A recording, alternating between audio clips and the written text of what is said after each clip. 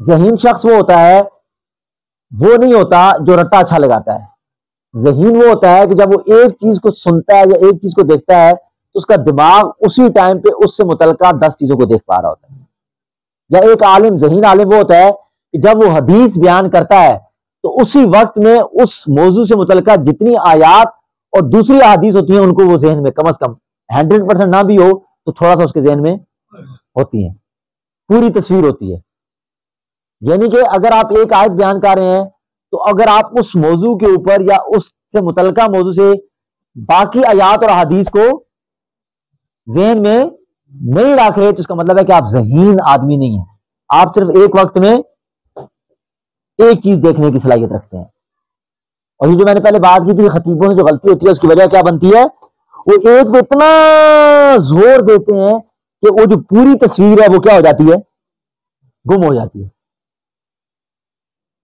پوری تصویر لے کے چلنا اور پھر پوری تصویر کے اندر وہ چھوٹی تصویر دکھانا، یہ اصل کمال ہے خطیب کا یا مقرر کا، کہ آپ نے پوری تصویر کو مد نظر رکھنا ہے اور اس کے اندر پھر وہ چھوٹی سی تصویر دکھانی ہے پڑھاتے ہوئے بھی.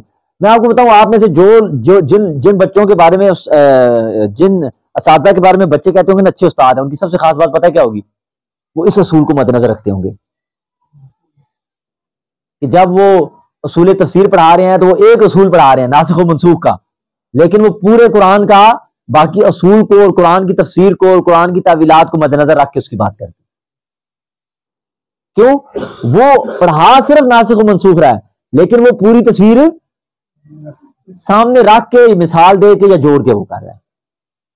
جو مدرس پوری تصویر ایٹ اے ٹائم ذہن میں رکھ کے نہیں چل رہا ہوتا وہ اچھا استاد ثابت نہیں ہوتا.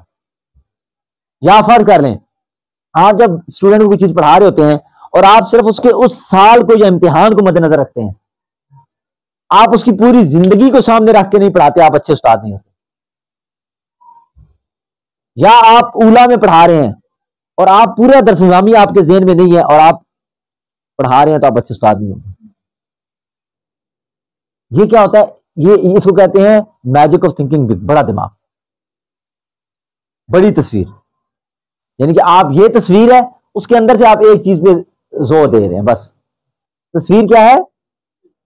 بڑی ہے. تو ایسے ہی انسان کی شخصیت بھی ہوتی ہے، ایسے ہی انسان سازی بھی ہوتی ہے کہ تصویر بڑی ذہن میں رکھنی ہے اور اس کا پھر بہت گہرا تعلق ہے بک ریڈنگ کے ساتھ. میں بلا مبالغہ میں آپ کو یہ بات کہوں کہ اگر آپ اس بات کو نہیں عمل کریں گے تو آپ زندگی میں کبھی، اگر آپ سال میں 50 نئی کتابیں نہیں پڑھتے آپ اچھے خطیب یا اچھے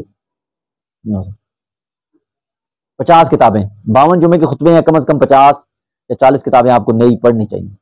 اپنے مکتبہ فکر کی، سیرت کی کم از کم 4-5 مختلف کتابیں آپ پڑھیں سال میں.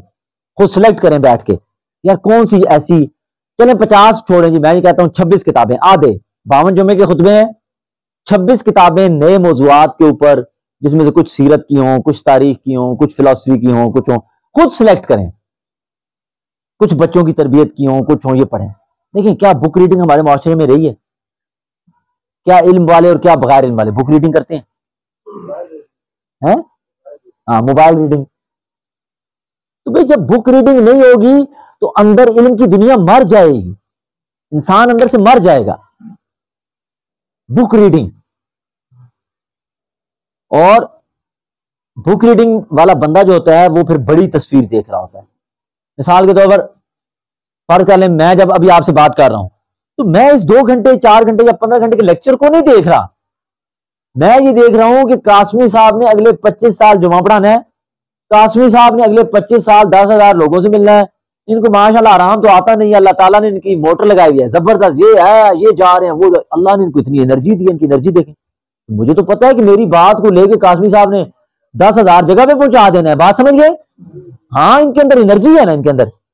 اب بجائے اس کے کہ میں کہوں یار یہ کیا 1 گھنٹے کے لیکچر سے کیا ہوگا 2، نہیں بھائی، کہنے کو ایک جملہ ہے، کہنے کو ایک بات ہے، کہنے کو ایک لیکچر ہے، لیکن جو سامنے بیٹھا ہوا بندہ ہے اس بات کو پتہ نہیں لے کے کہاں سے کہاں چلا جائے گا.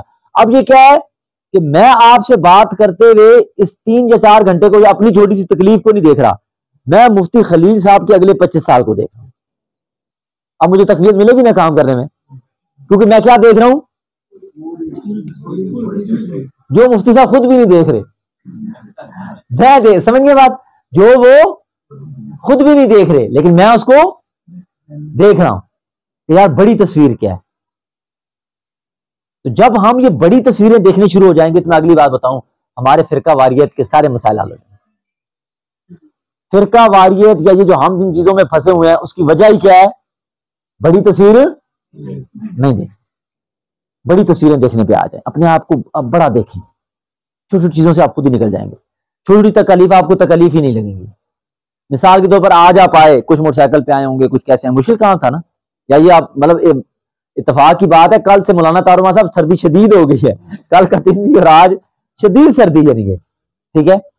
لیکن اگر آپ اب کیوں آپ آئے، فرض کریں آپ کیوں آپ آئے، کیونکہ آپ کو پہلے دن یا پہلے کسی سیشن کے بعد ایک بڑی تصویر نظر آ گئی. نہیں یار یہ جو بات ہے نا، یہ جو چیز ہے نا، یہ کیا ہے؟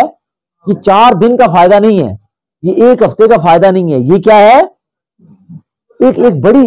ہاں اب کیا ہوا، آپ کو وہ جو صبح موٹر سائیکل پہ آنے کی تکلیف، سردی کی تکلیف، یا اپنا کوئی کام چھوڑنے کی تکلیف، بستر کو چھوڑنے کی تکلیف، وہ کیا لگ رہی ہے اب؟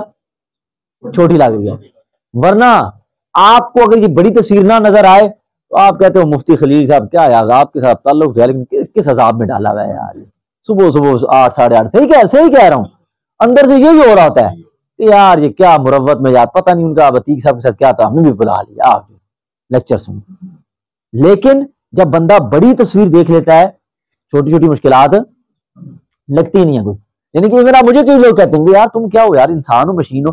اگلے ہفتے ہم اسی طرح سے 4 گھنٹے کی ٹریننگ، ایک صبح ہوگی 4 گھنٹے کی شام کو ہوگی، میں ہی کرواؤں گا 8 گھنٹے میں. اگلے ہفتے 2 ٹریننگ ہماری ٹیکسلا میں ہو رہی ہے. اس کی وجہ کیا ہے؟ ہم کیا دیکھ رہے ہوتے ہیں؟ بڑی تصویر. اور ہم آپ لوگوں کو مجبور کر رہے ہیں کیا دیکھنے کے اوپر؟ بڑی تصویر. بھائی بڑی تصویر دیکھو، نکلو. یہ 10-15 ہزار روپے کے چکر میں پھنسے ہوئے نکلو اس سے. خیال ہے کہ قرضہ 3-4-5 لاکھ چڑھ بھی گیا تو کیا ہوگا؟ کچھ نہیں ہوتا. میں آپ کو واپس کچھ بھی نہیں ہوتا. بہت پھنس جائیں گے تو والد کی طرف سے 2-4-5 کنال تو مل ہی جائے گا نا، بیچ کے قرضہ اتار لیجیے گا. کیا ہونا ہے؟ کیوں روز مرتے رہے. ہاں ٹھیک ہے، کچھ نہیں ہوتا. صحیح کہہ رہا ہوں. ہاں میں یہ بڑا اہم پوائنٹ ہے. آج کے دن آپ کی اپنی جو علمی ضروریات ہیں یا وہ ضروریات ہیں اس کے لیے قرضہ اٹھانا پڑتا ہے تو کبھی بھی نہ رکیں. کتابیں خریدنی پڑتی ہیں، کتابیں خریدیں. کتاب پہ لگے ہوئے 500-700 روپے قرضے کے یا 1000 روپے قرضے کے، آپ دیکھیے گا آپ کو دیتے کہ ہیں مستقبل میں. یعنی کہ ہم یہ چیزیں دیکھ نہیں پاتے نا کہ یہ کتاب مجھے مستقبل میں کیا دے گی، یہ ٹریننگ مجھے کیا دے گی. میں بتا رہا ہوں یہ جو ہماری اس طرح کی ٹریننگ یا چیزیں ہیں، لوگ پیسے دے کے، اور دنیا میں ان چیزوں کی اتنی اہمیت ہے کہ آپ کی سمجھ سے باہر ہے جو بات میں کہہ رہا ہوں. میں امریکہ میں ہوتا نا اور یہی کام میں کرتا، مجھے آج کا جو میں لیکچر دے رہا ہوں نا، مجھے فرض کر لیں پاکستانی 1 لاکھ روپیہ منیمم. وہاں ہر شخص اس پروگرام کے 5-5 ہزار 2 ہزار 3 4 ہزار دیتے ہیں لوگ. وجہ کیا ہے؟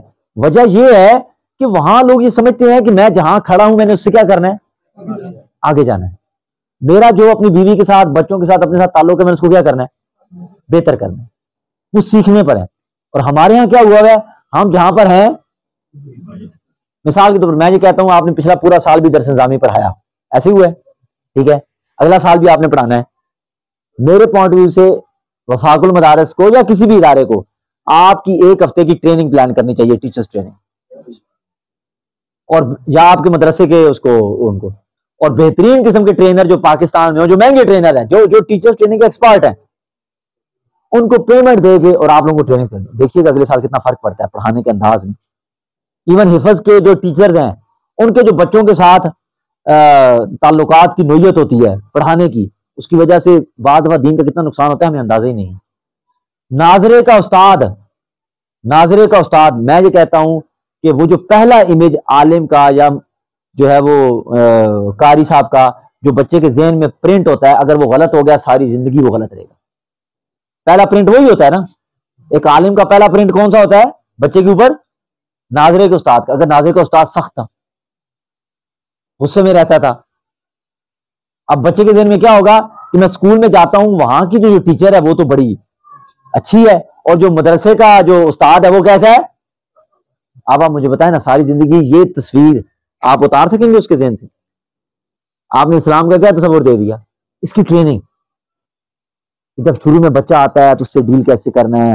70 بچوں کے بچائے 30 بٹھا لیں. ناظرے کا استاد کیسے اس کو ڈیل کرے, کیسے بچوں کے نام پوچھے.